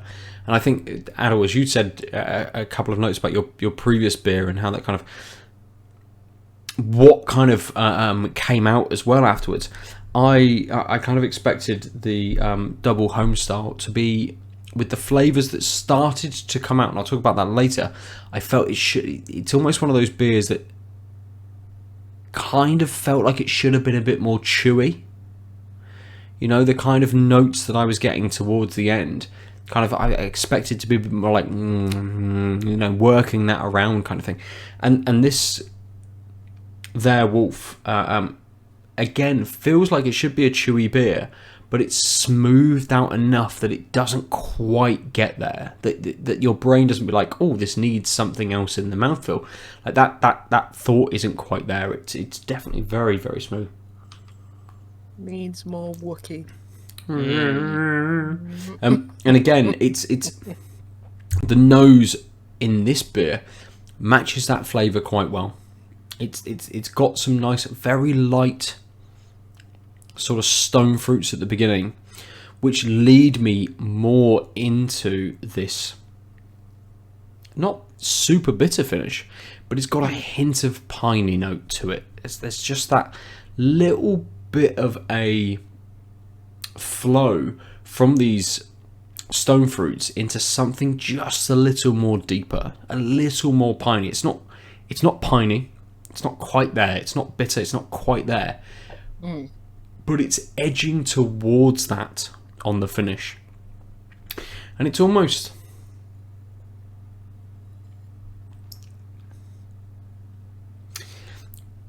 It kind of almost feels similar to the previous beer in that it's getting towards those more ripe kind of fruits, but it doesn't hit that ripe note. You know, it's kind of a couple of days before that. Sorry, a couple of days after that, where actually it's not just really kind of just fresh off of wherever it's been picked. It's been allowed to sit for a little bit, and it's a little bit more smooth. It's a little bit more sweet as well. It doesn't quite have those earthy kind of tones to it that a lot of dippers have had recently. It's not a juice bomb. It's not quite there, but it's almost this middle ground between what we know as the double IPA kind of juice bomb, and then this more modern take that lots of breweries have been taking with their dippers of being super ripe, really earthy. It sits in that middle ground very, very nicely, and kind of tries to hit sort of notes from both. You know, it's not quite piney, but it's edging towards that. It's not quite juicy, but again, it's just edging towards that with its sweetness. Like, it sort of sits quite nicely, not just in the middle, but actually ranging between these two different kinds of dippers quite well. You know, juice bomb and this more earthy kind of vegetable-esque sort of dipper. It sits within that middle ground quite nicely and flows from this over to this, never quite hitting either of them really, but it is kind of the epitome of that middle ground, I think, for what dippers have and are currently.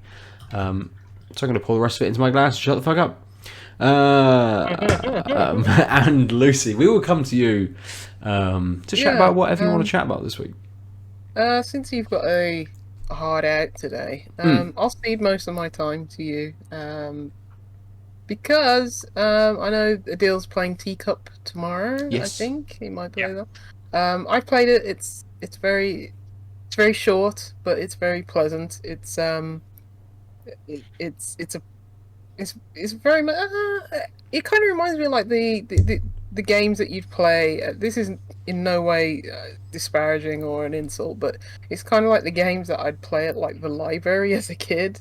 Like just very simple point and click, adventure game where it's like it would be good as, you know, a kid's first like adventure game on PC, because it's mainly just fetch quests. It's you know, there's puzzles in it, but it has a quite diverse number of puzzles. Like the types of puzzles, like there's like a hidden object puzzle. There's like this puzzle where you're having to like just use your mouse cursor and just like, you know, just this stuff flying across the screen and just press it as it comes across. There's a like kind of box puzzle where it's like you have to fit all these shapes in this one box, and it's like it has a different range of puzzles, but they are very simple. It's like the colorfulness of it. You're basically playing as this frog who this very cute looking frog who is basically like, I've got a tea party tomorrow, I don't have any tea ingredients, need to go find all these ingredients, like, you know, lemon, honey, mint, hibiscus and all this. And it's like she's got this like little journal of like all these ingredients that she needs, and it's like it actually explains like what these, you know, these flowers are, these you know, roots are, and it's nice. Like, oh, I didn't expect that. But yeah, it's sort of educational. So it's like I learnt about tea, and I learnt about all the different types of tea. So it's like if you have a child who's curious about tea and they want to play something, this would be like, you could just put them in front of this and just let them go, and it's like they probably wouldn't need too much help with it. But you know, as someone who's been playing games for a long time, I still didn't mind that kind of like lack of difficulty, or you know, it didn't have to be bombastic, like, you know, having a tea party like in Alice in Wonderworld and everything's mad and crazy. It's like it's very pleasant, very very sedate, and it's like it was a nice adventure, and it's like the art style's really pretty. It's like it just relaxes you, and it's just like, this is the perfect cup of tea game. Where it's like, yeah, I can play this relaxed. Nice. And, you know, craving a cup of tea now. I'm talking about like hibiscus tea and stuff And like this that. this But sounds this sounds perfect for Aadil almost. yeah, Like, this is like something that will this will be the engage him perfect game enough. to ease in. Yeah, absolutely, yeah. It's short and so maybe we can talk about that briefly next week. Sounds good. Yeah. The other game, which probably not going to talk about, especially since time is precious, is Bonfire Peaks, which Oh is yes. a isometric puzzle game. I'm currently writing a review for it, so I might just stick most of my thoughts up amazing. there. I'm going to talk to you about that.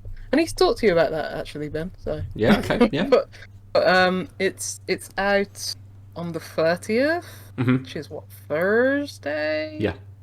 The embargo went up. Like, I don't think there was an embargo when the codes went out. So, if you're itching to know about it, like maybe look elsewhere for now. But yeah, probably get a review up if not this week, maybe early next week. Yeah. But yeah, I'll probably talk about it a bit more next week and just in conjunction with my review. But the game that I'm in the middle of now, which I'm wanting to play more and more of.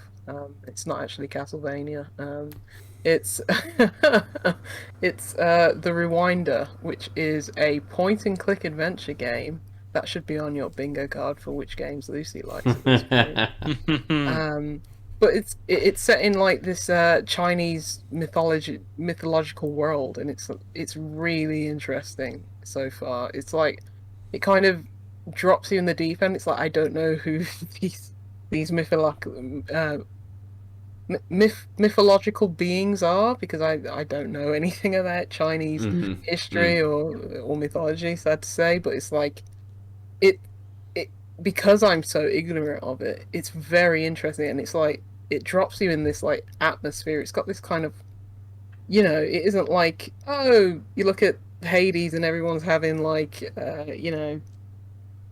Dionysus parties, just drinking and having a fun time. This is very moody. It's very atmospheric. It's very melancholic. It's really interesting, and can't say too much of the puzzles at the moment, but I am just so enraptured by that atmosphere, and I just want to keep playing it. And yeah, the setting and like the vibe of it has just got me really interested. So Nice. I'll probably come back to that as well on the podcast. But yeah, other than like, as I say, Castlevania.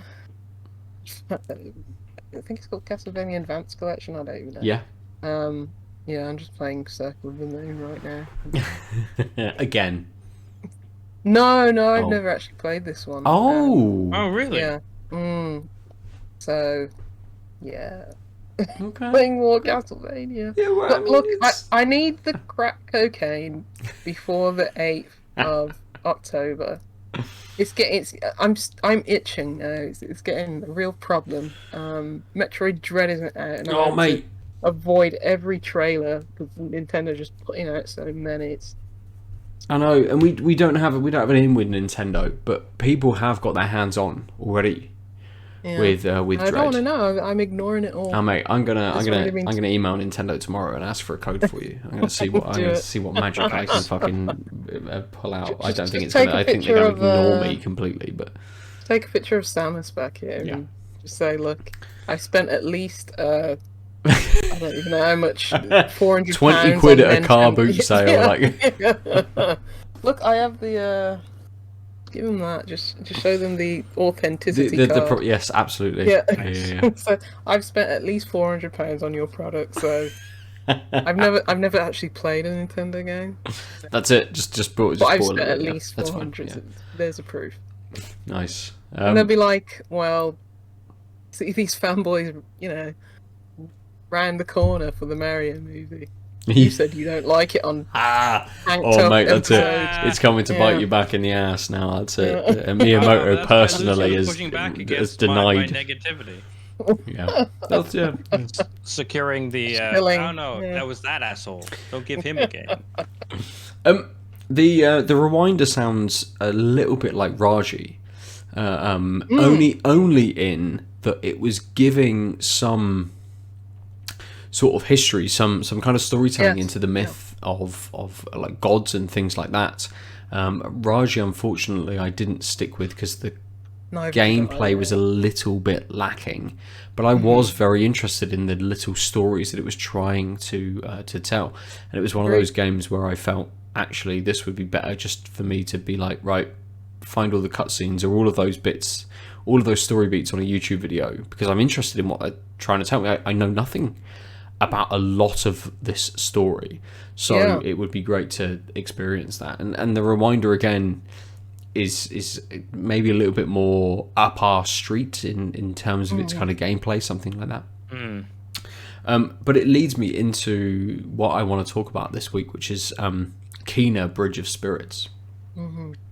I've been juggling that with Deathloop and a little bit of Sable as well, which I've started and played a little bit of, but only a tiny part past what I played of the demo. But Kena, I've been playing on the PlayStation, and feel like I'm only getting very small chunks of time with, just because of life, you know. Other people using the TV and the PlayStation for various other things, but I'm enjoying it. It's this, you know, it very much fits in with PlayStation's other games, third person action based kind of game, right? It's got this beautiful aesthetic and visuals to it. It is such a pretty game, but it almost lives, at least in my mind, somewhere between something like Ghost of Tsushima and Concrete Genie. It's this yeah. It's beautifully detailed. It's insanely so. Like the way the kind of the grass kind of flows with the wind and stuff is really, really good. But it's a little bit more cartoony. Like it takes that kind of Concrete Genie sort of stance to it. Lots of people are comparing it to kind of like Pixar and that sort of thing, which I think is not quite there. It is very much that more cartoony kind of vibe to it, giving it a bit more of a a human kind of vibe to things, as Pixar kind of do with their sort of with their movies. But it sort of, for me, kind of sits between Concrete Genie and Ghost of Tsushima in terms of its aesthetic and the detail of its aesthetic, which works really well, especially in the cutscenes, which are absolutely gorgeous. The lighting in it is fantastic. But Ember Lab, who made it, I believe, have come from much more of an animation kind of background, so it's sort of expected. But the gameplay is kind of by the numbers. Yeah, It's I've heard that from lots of people. And I haven't listened to anyone's thoughts on it, but I've seen kind of hot takes and tweets and things about it, and people saying it's kind of like a PS2 game. And I think that's a bit disingenuous. I don't think it's a PS2 game. So it's much more of a early last gen kind of action sort of game. You know, it's kind of this thing where you're doing a little bit of combat, you're doing a little bit of platforming, you're getting some collectibles. It's kind of it's again, it follows like Ghost of Tsushima in that kind of way, in that you're doing these platforming things, you're jumping up onto different ledges and exploring the environment. It's an limited open kind of environment. It's not quite corridory. It's kind of an open area, but it's not fully open. There's paths within these sorts of areas, and then open expanses which you can kind of explore and things. But it just feels good to play. It's responsive. There's a couple of issues with a couple of the things they've implemented in terms of how you move the spirits about and things, feeling a little bit clunky and stuff. But they're few and far between enough that I kind of just breeze over those kinds of things, because the main thrust of the game is enjoyable to play. It's very heartfelt in its story, and that's what's pulling you through all of this. It's very much a story-based game, and everything that I've experienced so far feels very heartfelt. It's quite well written, what I've seen so far. Every kind of beat has pulled me along just that little bit. The characters that I've encountered, which are very limited, have felt very endearing. I've wanted to kind of do the things that they have said, hey, can you kind of, these two kind of very kid characters, like, we'd love you to find our brother, it'd be really great. And you're like, I will go and find him, because we've had these these chats between kind of my character Kina and you're more these like, two lads. yeah, and it's stuff. a trophy. Yeah. I will. Yeah, sure. Oh man, the trophies have been popping. Every time you do a little bit of story, like bam, bam, there it is. There's the next trophy. But it also has that not open world vibe to it, but there are collectibles, and they are tied into your progression as a character. So it's not just collectibles for collectibles' sake. It's kind of more a right. You've collected these many rot, which are the little sprite-like characters which follow you around, and which you can use in combat and stuff. Like a Pikmin. Exactly like a Pikmin. But you can find them in the environment as well, and you do get some of them as rewards for story beats, for beating enemies and things like that. But you can find some of them in the wild as well, and that very much ties into the progression of your character and being able to unlock abilities and things like that. So it all feels as an overall package very well put together. But it is absolutely a game, very much of the mold of stuff, from 5, 6, 7 years ago. Yeah. It's not anything new. It's not doing anything new or different, which that's is what I fine. heard. Yeah. That's what. To be fair, the podcast that I listened to and people discussing it, they said it is like a relic from the PS2 era or PS3 era, but. They said that in a good way. It's like they didn't mean it in like a bad way. It's like, yes, this is by the numbers. It's very, character kind of focused action game. Yep. And but yeah, it seems like solid game, but nothing to write home about. But yeah, absolutely. I've not paid much attention to this game, but just seeing it's just very striking. So I think that is the draw immediately. Very much, yes, yeah, and it's one of those games that you can be moving around the environment and enemies will pop up, and actually they're not that much of a challenge to overcome. It does the modern Assassin's Creed thing of putting the attacks on the R buttons. Oh, no. So strong, 0 out of 10. strong and light attack on those buttons. You can do other things, so that the face buttons correspond with dodging and with using the rot to interact with enemies. So they can go along and they can stun enemies, so you can get in close and hit their weak spots or critical points, and or just attack them, kind of thing. So it does that with the face buttons instead. So it's using that kind of mechanic in terms of the combat, which is my kind of biggest sticking point with the game, almost. There's been a couple of points where I've come up against bosses which are hard, and that's great. Yeah, that's another thing that I've heard in this game. That I love the idea that actually I'm getting through this fodder in the world without much of a problem. And then I get to a boss, and it comes up, there'll be a health bar for the boss. It's a named character. It's more beefy. It's got a different kind of model to everything else. You feel that you are in a thing. And this is kind of like one of the first games where I've hit early bosses and died to. There's not many games where I'm recently that I've gone, wow, even from early on, these boss fights are hard. But this Baby's brings first that. Dark Souls. Kids play Kena Bridge of Spirits and then go straight to demons. It absolutely feels like that. It does feel like that, definitely. £70 RRP. That's it. What was? I think Kena was about 30 quid. Oh, nice. Is something like that. Yeah. That's not Oh, bad. yeah. And The so production quality. well, That's pretty so impressive. when the reviews came out about it, and I saw kind of like scores, and I was looking at some of the kind of summaries that people had said, I'm like, yeah, this seems like my kind of game, absolutely. And when I suddenly went on the store, I'm like, it's 30 quid. Yes, I will buy this, Oh, it's absolutely. Epic Games Store. Yes, yes, I it's on didn't know it was PlayStation, PC. PS4, PS5, and Epic Games Store. Yeah.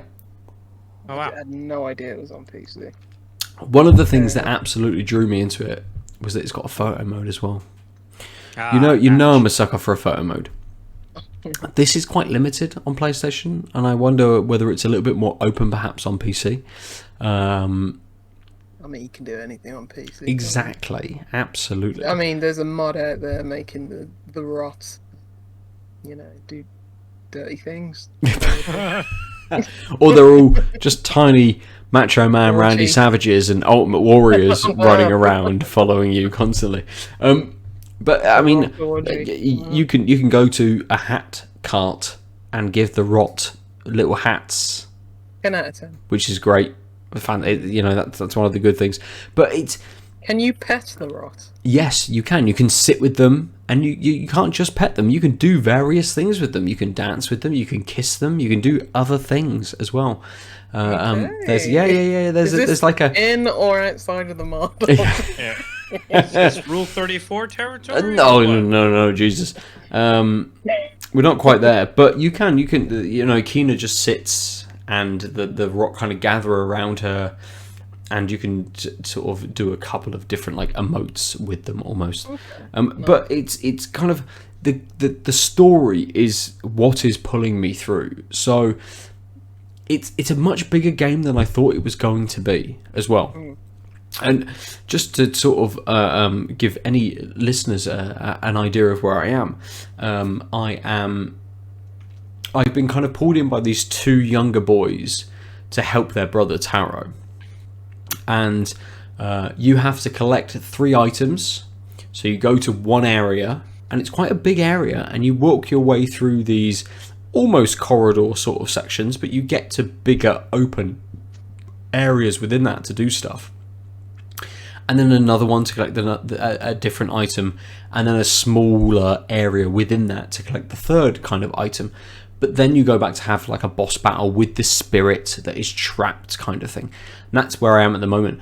And there was a couple of bosses which I butted my head against before I was like, oh no, this is the strategy in how I need to approach this. And the game isn't handholdy. It doesn't give you a huge amount of tutorialization in this is how to do things. It lets you kind of figure that out yourself, or not for some people, I would imagine, who just constantly butt their heads. But it kind of signposts some stuff quite well in combat to get you to figure that out yourself. And I've got to Taro. I'm fighting his spirit. I've done it once, and I got him down to about a third amount of health. And I'm like, I know the pattern. I know what I'm doing. I'm doing this, and then suddenly he swiped me from about 400 miles away. Oof. And I thought, oh, the boss I'd fought just before that, I'd noticed does an attack where it jumped at me and like swiped down. So if I'm in that area, it will hit me. So I'm like, cool, it's hitting up. I will run and then I will dodge because it will jump to the area. But actually, the area that it jumps to is much more like limited. So literally this character was about to jump here, and you can see the slight change in animation, but it then jumped to where I was. So you have to dodge very, very precisely, or parry very, very precisely within this game.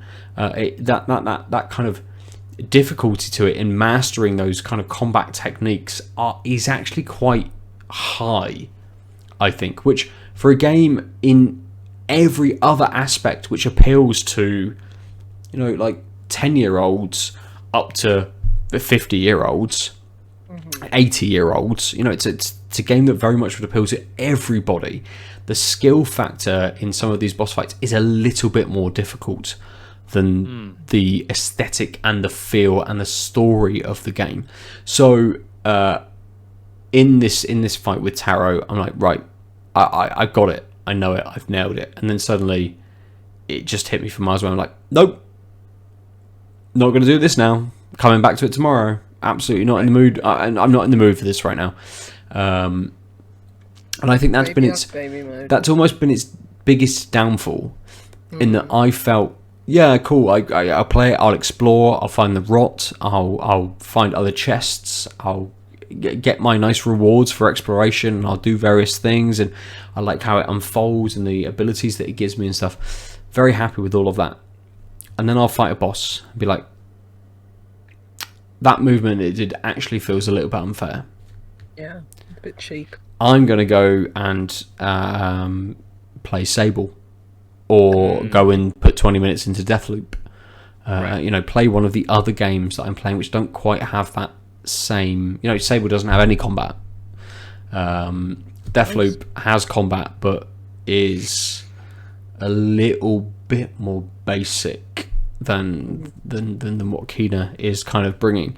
So it's definitely a little bit of a stumbling block for it, but one which I think that at least I can overcome given a little bit of time and a couple of maybe rotations with various bosses of being like, right, yep, they've killed me, perfect, that's fine. It's not like Dark Souls and like I'm dead, I have to start all the way back here and go back here to collect all of my spirits. It is just, oh, that character killed me, it starts me before the boss fight again. Like, not in the boss fight. Right. So it starts me before I've triggered it, so I can actually go off and do whatever I wanted to again, which is great. It's a perfect place to reset me to. But it has me kind of wavering on being like, do I want to do this right now? Nah. Do I want to go and explore some places? Well, no, I want to beat the boss and then unlock the next area before I kind of get my exploration back on. So I think in that sort of sense, it's dropped just a little bit. But for me at the moment, it's a solid sort of like 7 game, right? It's good. Yeah. I'm enjoying it, and it's got a few issues, but it's sort of lifted, I think, in the zeitgeist at the moment just by its visuals. Really, like everyone kind of came out and said this game looks nuts, and then came out and said it plays a little bit okay. Yeah. Sure. So I mean, it's a solid opening from a new studio who have never made anything before, and it'd be interesting to see kind of how they. It will be interesting to see what they do next, but also how they're received by the wider industry, right? With Herman Holst, and they're not a PlayStation first party, but Herman Holst coming out very recently in an interview, sort of saying, lots of our studios chat, and we've encouraged this kind of thing that no one really works independently. No studio kind of works independently.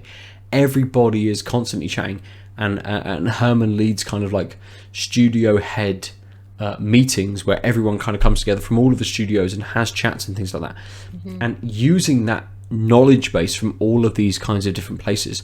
Like, and Ember Labs kind of seem to have positioned themselves in a reasonably good place of being within the Epic PlayStation kind of area, right? And it would have been the same, I imagine, had they have gone over to, had this game have come out day and date on Game Pass, and they've been chatting with, all of the first party kind of Xbox studios these days, like getting that extra kind of knowledge from all of these people, understanding that this is what we've kind of done, and this is the engine that we're working with, and this is what we have right now. How do we refine that? How do we change that? How do we make things like this feel a little bit more tight? I'm not saying they're going to come out with Kena 2, but because I'm not at the end, I don't know whether that leads on to anything further. But whatever they come up with next, it'd be interesting to see if they've been able to delve into the minds within the PlayStation kind of studios and even like the wider kind of audience as well, because it seems to have been well received. So yeah, I'm super interested in whatever kind of comes next from Ember Lab. So yeah, development is collaborative, and you know, whatever one studio can learn from another, it helps. I can imagine someone going in that PlayStation meeting, and they said, "What if we do a first-person shooter?" And they said, "Get out! Third-person games only." whoever's running Guerrilla right now is like, so Killzone, and Herman House like, no, shut up, stop. Yep. It's that meme, isn't it, where just the guy at the end of the table gets thrown out the window. It's a young Herman Holst is just launched through the window. Just good. Let's finish there this week. I'll have more thoughts on Deathloop and Sable probably next week if I've got more time to put into them. Who knows? But we will come back to our beers. Lucy, we will kick back into you because you only had the one beer this evening. Yeah. By Overtone, which is always a winner. Yes. What was it called? Love Your Local? Yeah, Love Your Local, and I'd be very happy if Overtone were my local, but I don't live in Glasgow, so sadly they're not. But yeah, it was really good. Say hoppy, fruity, piney, bitter. It was just super well balanced beer, everything that you want. Yeah, and what I noticed, probably the most striking thing about it was like actually hoppy. It's like so many beers now. It's like I don't know, just give me something that's really hoppy.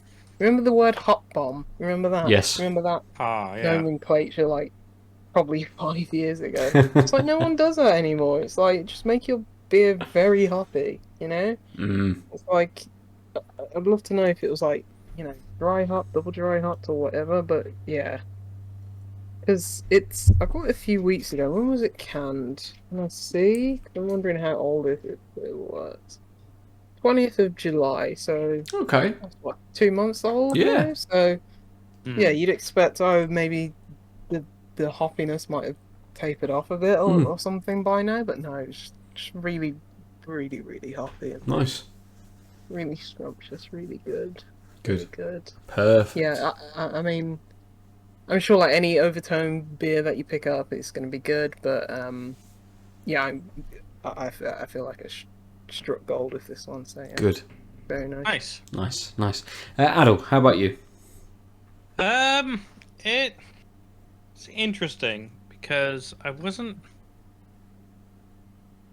kind of let down by both beers, maybe just because I was hoping for more. So like the Fat Tug just did a few things really well, but like kind of mechanically, it was like, now this taste. It's a 7% IPA, which again, it's good. It doesn't taste super 77%, but like even now, it's just, it could easily be a pale ale. Like it could just doing something that's slightly a little more bitter than you would expect. It's missing some sort of third dimension, I think, is the problem. And then the Ransack the Universe IPA just was a little more muddled. Like it didn't.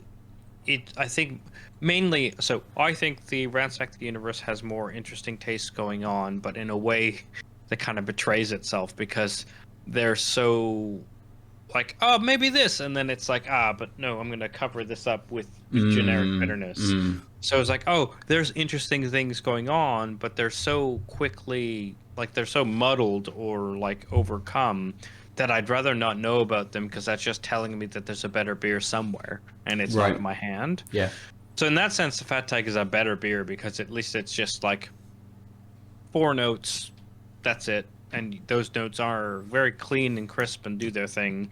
But I'm going to give it to the Collective Arts just because there's at least something there that's trying. Okay. Like the 4 notes that are going on with the Fat Tug are not that interesting, and they're not done with like a flourish or something that would like there's no extra thing that'd be like, okay, but it's a simple, like, Wiper and True can sometimes have like not a lot going on, but it just like it's a flourish between the notes and it's interesting. This is, there are 4 notes, here they are in order, and they're not bad notes. You'd be perfectly happy with this beer. A couple of them on a, like I said, on a warm autumnal day, but ultimately it's just a kind of, it feels more uninspired, while the Collective Arts like had these flashes of, oh, is it gonna? No, it didn't. But at least it did something, and maybe just my mood today that I was hoping for something sort of extra interesting. So I'm gonna go for the interesting but miss Collective Arts. Okay. Yeah. So you're not gonna go have a fat tug later?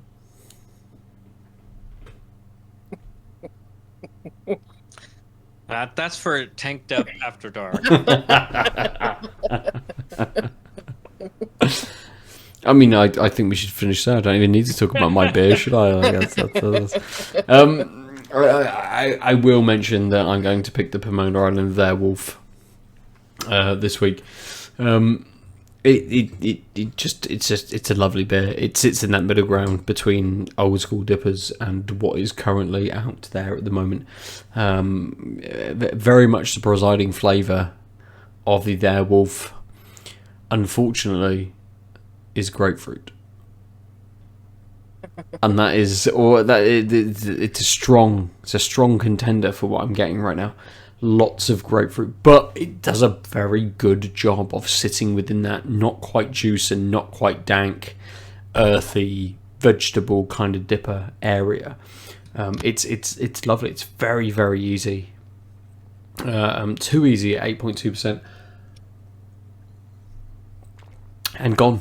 So it's the Pomona Island for me this week, which normally the American brewed beers are kind of my pick. I know, Lucy, when we've had kind of, you've had Equilibrium and then something else, it's normally the American brewed kind of beers.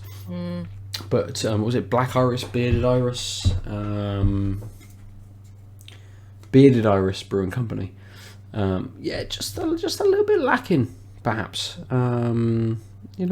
Kind of almost felt like one of the more earthy, ripe melon double IPAs that I've been having of late, and not giving me that much different from it. So the Pomona Island Werewolf kind of doesn't win just because it's edging back towards those other kind of dippers and is doing something different, but it lives within that middle ground very, very well, and balances a lot of kind of flavours and feels. So yeah, that's for me this week. If you want to tell me, everybody, listener, viewer, friend, why I'm wrong, or another dipper that you're having that would be excellent for me to drink, you can get me at Nova_47. Lucy, if people want to talk to you about beers or video games, how do they do so? It's at Juicy Loose 9, and I finished the Forgotten City, and I really want Aadil to play it, because I think he'll either think, oh, this is like Philosophy 101, or really despise it, and I want to. Okay. Oh wow. All right. Yeah. This is on yeah, I've heard really good things. This is on my list. It's only like 20 quid or something, right? Yeah, about 24 or something, maybe cheaper on PC. But yeah. What did you play it on? Xbox. I think it was £24 or something. All right. Okay. If people want to talk to you, Aadil, and give their thoughts on the Forgotten City to you, how do they do so? You can reach me at the Omniarch on all of the things except Twitch, where I'm the _Omniarch. Not that I use it much. Although I might actually start doing my productivity streams again. To differentiate work from play, although that might even be like working on Out of Lives content, but like the work side, the like rendering thing, just throwing the stream up and chat. Yeah. Show me how to use the site, because I don't want Ben to always publish my reviews. I don't publish reviews. I just, your name's on it. It's you. That's absolutely you. Wait, did you make Lucy an account? No. And, like, keep the password so that it would show up as authored by? No, she can connect. I like how actually her internet has dropped at this exact point where she's like, "Hey, really funny, you do stuff for me on the internet. Bye." It's the perfect point. Yeah. You can get all of us at Tanked Up Cast over on Twitter, or you can get us on Out of Lives Net. Go to outoflives.net as well. Or hook us up on Twitch, give us a follow, or even a subscribe if you're feeling lucky.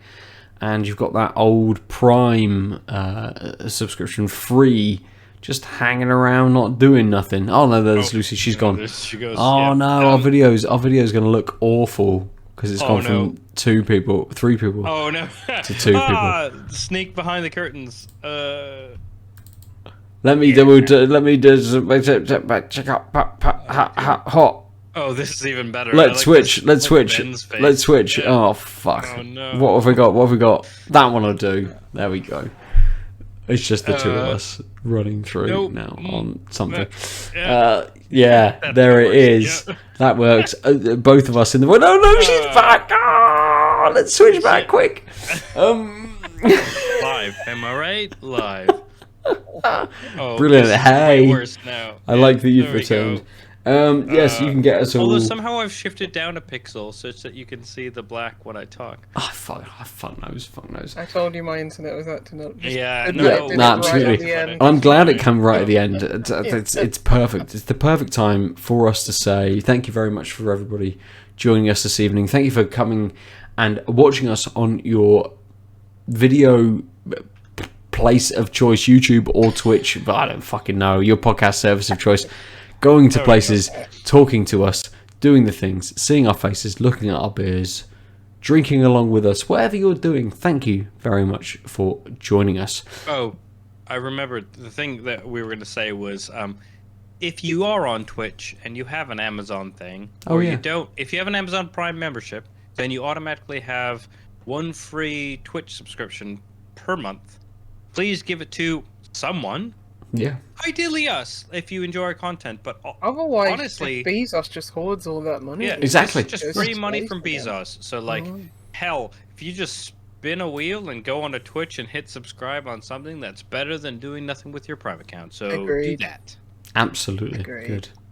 It's a lovely message to finish out on. We've been Tanked Up. We'll catch you next week. Thanks everybody. Bye-bye. Ciao. Bye. www.outoflives.net